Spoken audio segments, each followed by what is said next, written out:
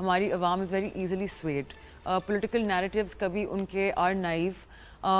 तो let's speak from an economic perspective कि the current situation on Pakistan, how much it has changed since this government took over.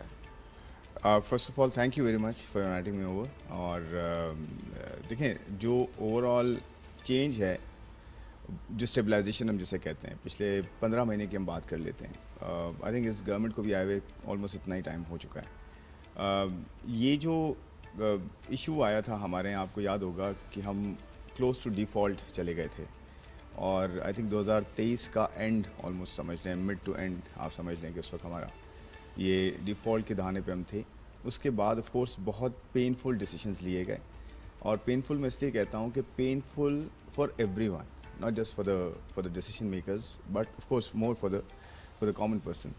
तो उन painful decisions को करने के बाद जो है, एकदम से आपको पता है उसका इम्पैक्ट नहीं आता. ओवर द पीरियड जो है उसका एक असर जो है नज़र आता है. तो वो जो पेनफुल डिसीजंस थे, वो आज आप देख रहे हैं कि स्टेबलाइजेशन जो अचीव हुई है उसका जो है वो रिज़ल्ट है. और मेरे ख्याल में देखें, ये बड़ा इंपॉर्टेंट है ये बताना कि वो पेनफुल डिसीजंस में क्या क्या ऐसा किया गया जिसकी वजह से आप आज जो है एटलीस्ट स्टेबलाइज इतने हो चुके हैं कि यहाँ से आप आगे एटलीस्ट फ्लाई के लिए तैयार हैं, ग्रोथ के लिए तैयार हैं, और आगे जो है बेहतरी के लिए तैयार हैं. और हमने वो चीज़ें रिपीट नहीं की. इससे सबसे इम्पॉर्टेंट लेसन ये है कि हमने वो चीज़ें रिपीट नहीं करनी जो हम पिछले 30, 35, 40 सालों से करते आए हैं. अब वो क्या चीज़ हैं? देखिए, होता ये है कि जब हम स्टेबलाइजेशन फेज़ में आते हैं, जब हमारे पास कुछ फॉरेन एक्सचेंज रिजर्व्स होते हैं, ज़र मुबादला जिन्हें कहते हैं, हमारी महंगाई की शरह थोड़ी थम जाती है, हमारी शरह सूद नीचे आ जाती है, उस वक्त हम कंप्लेसेंट हो जाते हैं. यानी कि जी सब कुछ ठीक हो गया है और अब तो जी सब वैसे ही चलेगा.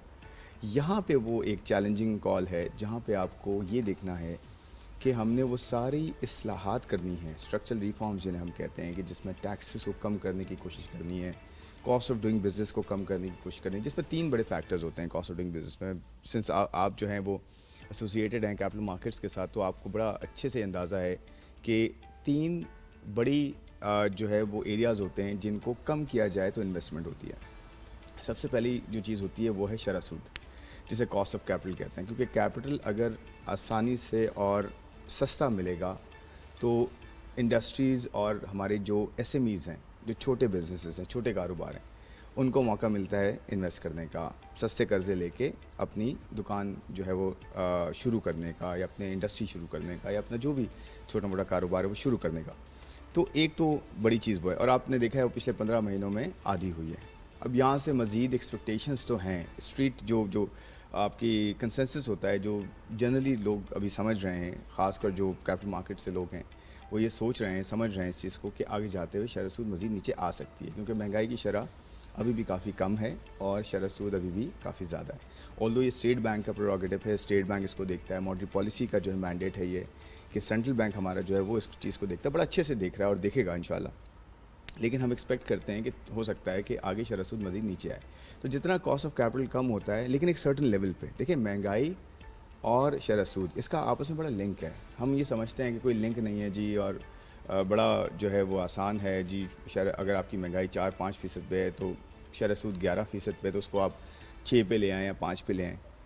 हुआ ये हिस्टोरिकली कि हमने जब महंगाई की शरह से शरह सूद को नीचे रखा या बहुत क्लोज़ किया, तो लोगों को अपनी जो उनको ये मौका मिलता है कि वो ख़र्च ज़्यादा करें या बचाएं ज़्यादा, इसमें उनको फ़र्क नज़र नहीं आता. मैंने मतलब कि अगर महंगाई बढ़ती है और आपको पैसा रखने की जो आपको रिटर्न मिलता है वो कम मिल रहा है अगर, तो लोग ख़र्च ज़्यादा कर देते हैं, या फिर उनकी जो सेविंग्स है वो नहीं होती. जब सेविंग्स नहीं होती तो फिर वो सरमायाकारी के लिए पैसा बचता नहीं है.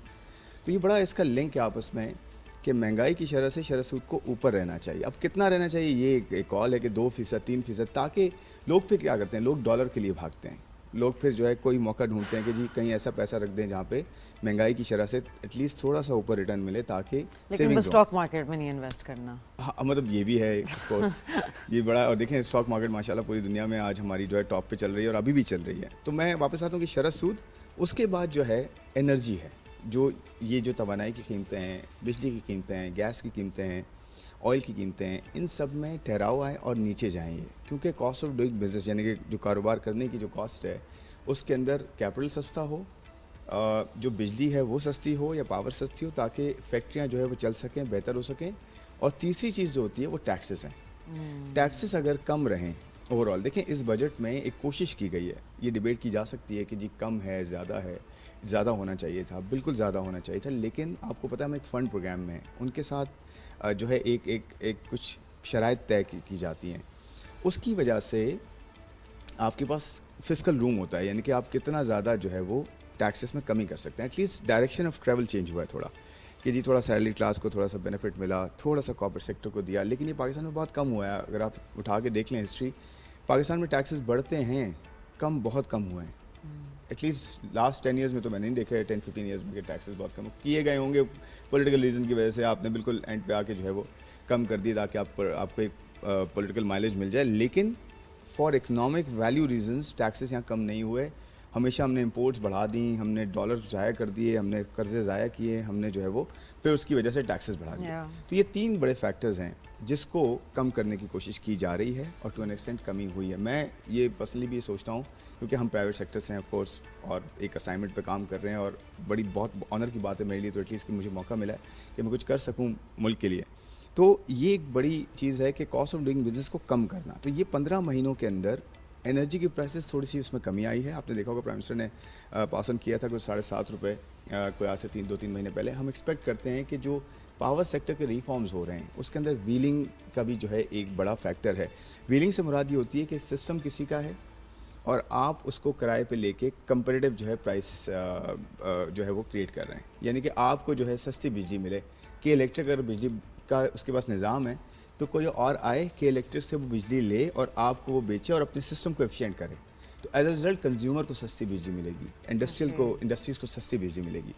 तो ये हम लोग कर रहे हैं। ये गवर्नमेंट पाकिस्तान एनर्जी का जो मिनिस्टर हैं वो बड़ा इस पर जो है वो कोशिश कर रहे हैं। तीसरी चीज़ क्या है, सर्कुलर डेट, जिसे हम कहते हैं कि जी वो आप जो है ना पैसे टाइम पे मिलते नहीं है कंपनीज़ को, बिजली प्रोड्यूस कर देती हैं, वो तेल वालों को पैसे नहीं दे सकती, तेल वाले आगे जब से खरीदते हैं उसको पैसे नहीं, सर्कुलर डेट बन जाता है, यानी कि हर कोई एक दूसरे को पैसे देता है, चीज़ ले रहा है लेकिन उसको वो पेमेंट नहीं कर पा रहा। अगले हफ्ते सॉल्व हो रही है वैसे इंशाल्लाह 1275 अरब रुपए का जो है वो होपफुली नेक्स्ट वीक में जो है इसके आपको रिजल्ट्स इंशाल्लाह हो जाए। वैसे तो काफ़ी टाइम से ये हो चुका है, थोड़ी सी लीगल निटिग्रिटीज़ है, मैं ये क्लियर कर रहा हूँ आपके प्रोग्राम में, लीगल निटिग्रिटीज़ हैं, कोई और इशू नहीं है अभी तक, कोई ऐसा प्रॉब्लम नहीं है जिसकी वजह से आपको because all of us are sitting at the asset management companies देखिए waiting. ये बहुत बड़ी डेवलपमेंट है और ये मेरे ख्याल में एक हुई थी 2013 में, वो भी इस तरह की नहीं थी जिसके अंदर कर्जा कम हो जाए, गवर्नमेंट अपने बुक से कर्जा भी हटा दे और कैश फ्लो बेसिस पे आपको बैंक्स जो हैं वो पैसे दे के ये सर्कुलर डेट क्लियर कर दें, कंपनीज को पैसे मिल जाएं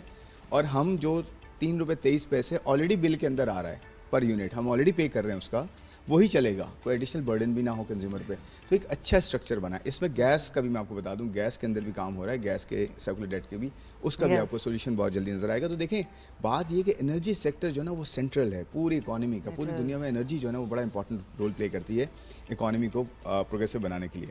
तो एक हो गया कॉस्ट ऑफ कैपिटल, शरह सूद, वो नीचे आना, वो ऑलरेडी आ रहा है, होपफुली वो मजीद आ सकता है। सेकेंड मैंने बात की एनर्जी प्राइसेस की, और मैं आपको बता दूं इंडस्ट्रियल पॉलिसी इंशाल्लाह बहुत जल्द अनाउंस होगी। आप देखेंगी कि उसके अंदर भी कॉस्ट ऑफ डूइंग बिजनेस को बड़ा जो है कलीदी रोल उसमें है कॉस्ट ऑफ डूइंग बिजनेस का, ताकि इंडस्ट्रीज जो है ना वो इन्वेस्ट कर सकें। इंडस्ट्रियल पॉलिसी बहुत अच्छे बाद आएगी। देखिए मैं इस पे कमेंट इसलिए नहीं कर सकता कि ये सेंट्रल बैंक का जो है वो एरिया, मैं सिर्फ ये कह सकता हूँ कि मार्केट क्या एक्सपेक्ट कर रही है। Especially with our Moody's rating that's been upgraded now, that gives a further. मैं उस पे आऊँगा, वैसे मूडीज की रेटिंग नहीं, बहुत सारी उसमें ग्लोबल रिकग्निशंस है।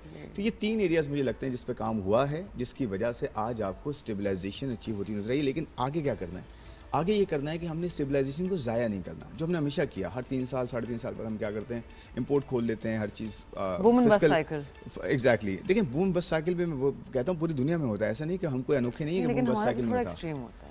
देखिए बात currency devaluation was very intense this time around. मैं वही कह रहा हूँ कि हम लोग करते क्या हैं, हम लोग करते हैं कि हम जब इस तरह की चीज़ होती है कि जी शरह सूद नीचे आ गया है, थोड़ी कॉस्ट ऑफ डूइंग बिजनेस नीचे हुई है, अब आप फिस्कल पॉलिसी को खोल दें, आप टैक्सेस को बिल्कुल नीचे कर दें और ख़र्चों को बिल्कुल बढ़ा दें। मैं आपको बताऊं जो फिस्कल डेफिसिट है वो क्या है, आमदन और अखराजात, इनका फ़र्क है ना।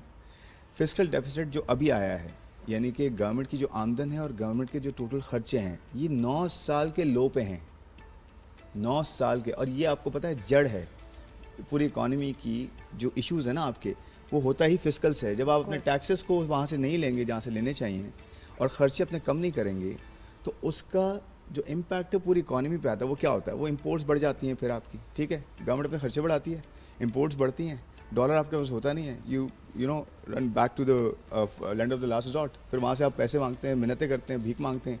डॉलर आपका फिर अप्रिशिएट होता है, रुपया आपका बिल्कुल अभी आपने कहा कि करेंसी आपकी डिवैल्यूशन हो जाती है इतनी बड़ी, इन्वेस्टर कॉन्फिडेंस आपका शेकअप हो जाता है, इंटरेस्ट रेट्स बढ़ जाते हैं। तो किस पे आता है सारा मसला? आवाम पे आता है ना।